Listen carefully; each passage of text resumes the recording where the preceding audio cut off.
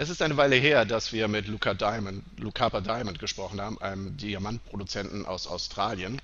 Das Unternehmen verfolgt allerdings mehrere Projekte gleichzeitig und wir wollen mal hören, wie es darum steht. Wir sprechen jetzt mit Stephen Wetherall, dem Managing Director des Unternehmens, und wollen uns ein Update geben lassen. Stephen, welcome. It's been a while since we last talked, and a lot of things have been happening at Lucapa.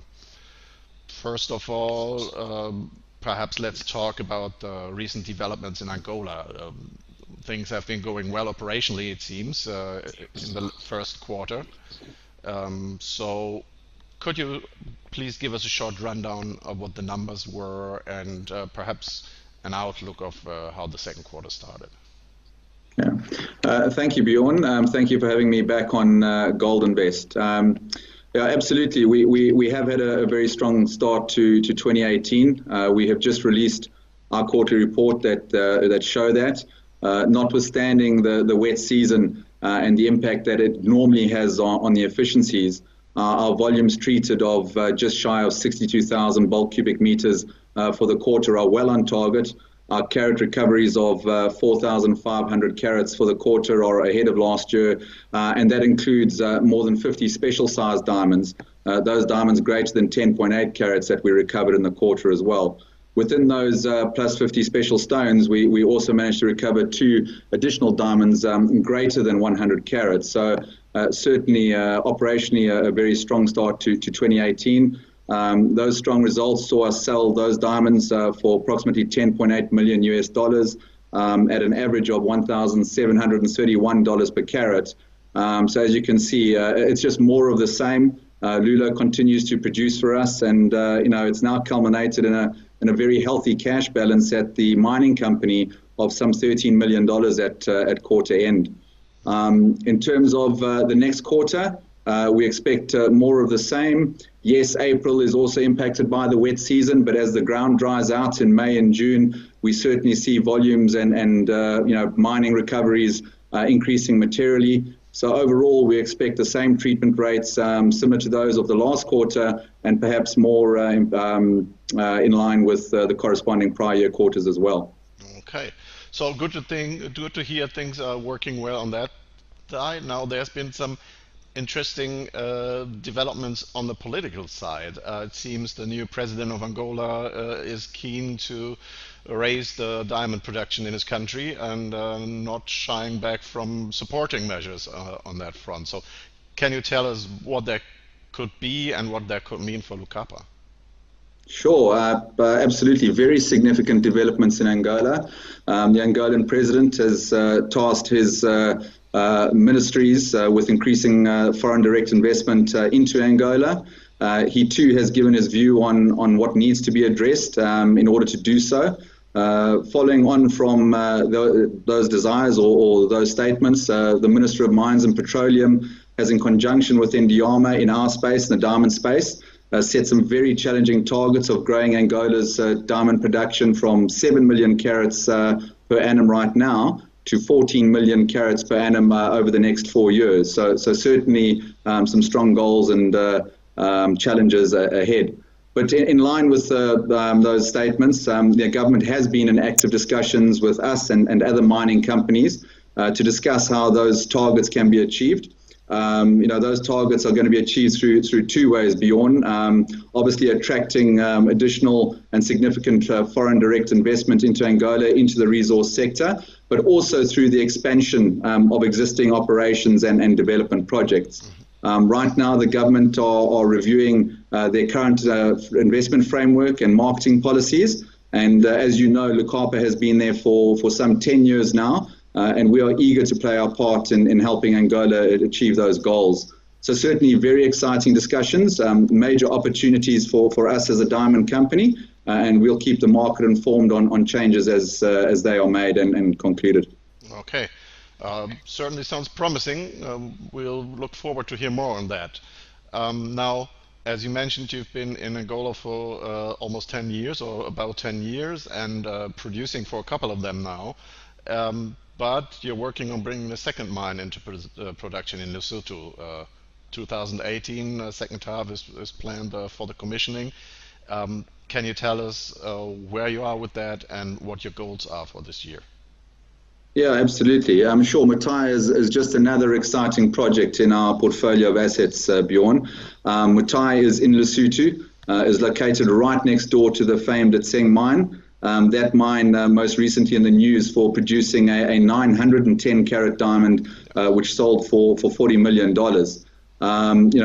Prior bulk sampling and trial mining work on Mutai have also shown that our resource at Mutai is host to large and valuable diamonds. An independent competent person or persons have put a 1 million carat resource on the project at, again, a staggering $1,063 per carat. That is the second highest price for a kimberlite resource in the world. With regards to the development, we are well on track to deliver our 150 ton per hour commercial plant. Our goal is to deliver it in H2 of this year, and we will do so. That will then take us, we'll bring into production our second producing mine, and we'll be in the unique position, Bjorn, of being the only diamond miner in the world right now that is mining multiple operations with high value production of greater than $1,000 per carat. So quite a unique achievement we will tick later this year. In terms of potential there that you asked, certainly our current development plan shows strong cash generation under the current plan, but we are also currently working on a bulk sampling program to grow that resource. Some sections of the kimberlite pipe have either not been tested or were inadequately tested, so could not be included in the resource. Our bulk sampling program aims to test those areas and have them included in our future mine plan. That program begins this month, so we'll have results from those three specific areas to the market over the next few months, and hopefully an increased resource and therefore value attributable value for Mutai and attributable to Lucapa as a 70% shareholder. So that sounds very good, and that means in the near future, as you said, you'll be producing not from one but two mines with high value production. What in the last couple of months I've seen though is that let's say retail investors and the investing public have been more interested in diamond exploration or looking for the next big diamond discovery.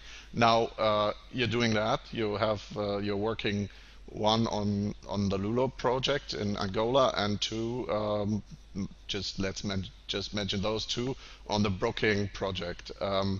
Can you tell us where you are with that, especially also in Lulo at Lulo, and what you hope to achieve this year there? Yeah, absolutely. Look, on top of the two producing assets, we have three exciting exploration assets. Two are at very, very important stages. Firstly, at Lulo, where we are recovering exceptional size and quality alluvial diamonds. We're searching for the source of those diamonds. Large or heavy, irregular shaped, brittle type 2A diamonds that show almost no signs of transport beyond are considered to be geologically proximal to their source. That's not to mention the extraordinary frequency with which we are recovering them as well. Our advanced exploration program on that ground sees us drilling our priority targets in the Coquilo Valley. We continuously drill these targets and continuously recover kimberlite material from depth and sending these for analysis. Those results will help us identify those targets that we should follow up on. We certainly expect a majority of them to come back with barren results or weak diamond potential, but we also expect that some of those results will come back with the right results, which will see us honing in on those ones and developing those ones further. We certainly believe we have adopted the correct strategy here to assess these targets and locate what is going to be an exceptional source should we discover that on the Lulo ground. At Brooking as well, our second exciting project, we made a quite spectacular discovery towards the end of last year and beginning of this year, Bjorn. In our very first drill program on that ground, we recovered lamproite material, which after laboratory and micro-diamond analysis, we showed to be diamondiferous.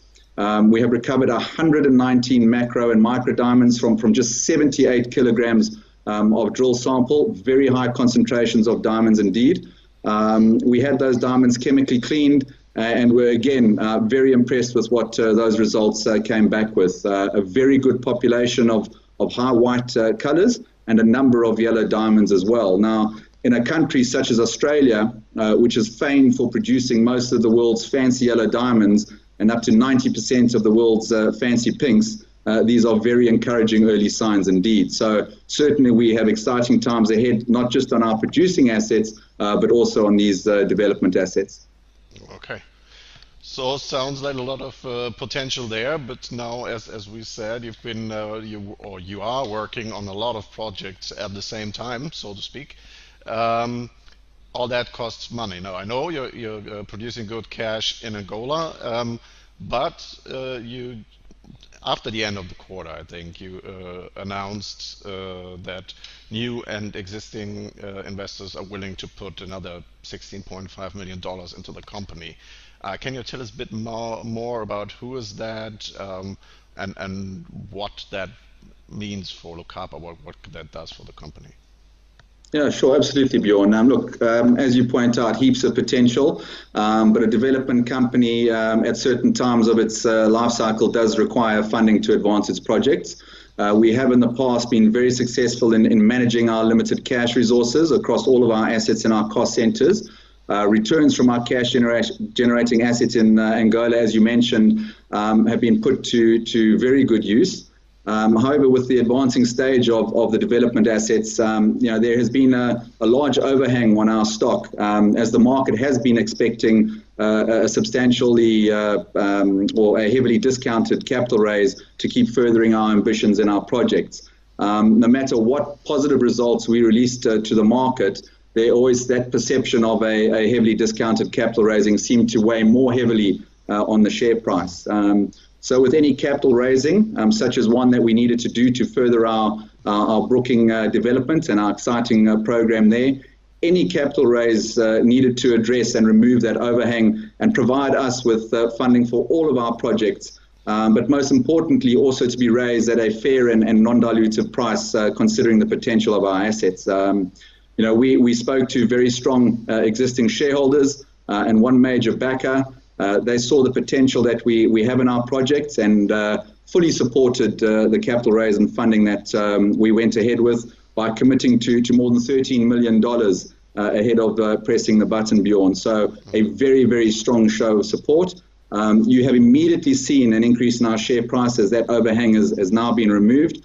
And what this means for Lucapa is that we are now very strong financially. We have secured a large shareholder with significant resource experience and capacity to back growth assets. So we're in a completely different position following the conclusion of that capital raise, Bjorn. Okay, that certainly sounds hopeful. At least, let's say now we're expecting, or you are probably expecting, when you put out good news, a better reaction in the market. Is that the expectation? That is the expectation. I think any news that we put out that shows that we need to do, let's say, step A, B, and C, which is in addition to our program, the market out there will not have any funding concerns and will therefore hopefully deliver the value that they see in the result as opposed to worrying about where the funds will come from. Surely, absolutely. Okay, thank you. So let's just sum it up. Where do you think the company will be in 6 or 12 months from now? Where do you hope? Yeah, look. We're in mining. 6 to 12 months is a nanosecond in the resource space. But look, the last 3 years have seen the delivery by the board and management of a very specific growth strategy, Bjorn. To see Lucapa emerge from a pure explorer to a producing company and a brand with a strong management team and an exciting suite of diamond assets. I don't see any difference in the next 6 months to a year. I see us continuing to advance our growth strategy. I see us becoming a producer from 2 mines. I see us completing the exciting follow-up program at Brooking, completing the drilling program on the priority kimberlite targets at Lulo. And, God willing, I think you might possibly see the beginning of a third producing asset from one of those 2 exploration assets in the not too distant future. So, I see a lot more delivery and exciting times ahead. Okay, thank you. Sounds like a good closing remark, and we'll be sure to talk to you later then. Great. Thank you very much for having me, Bjorn. No problem. Thank you.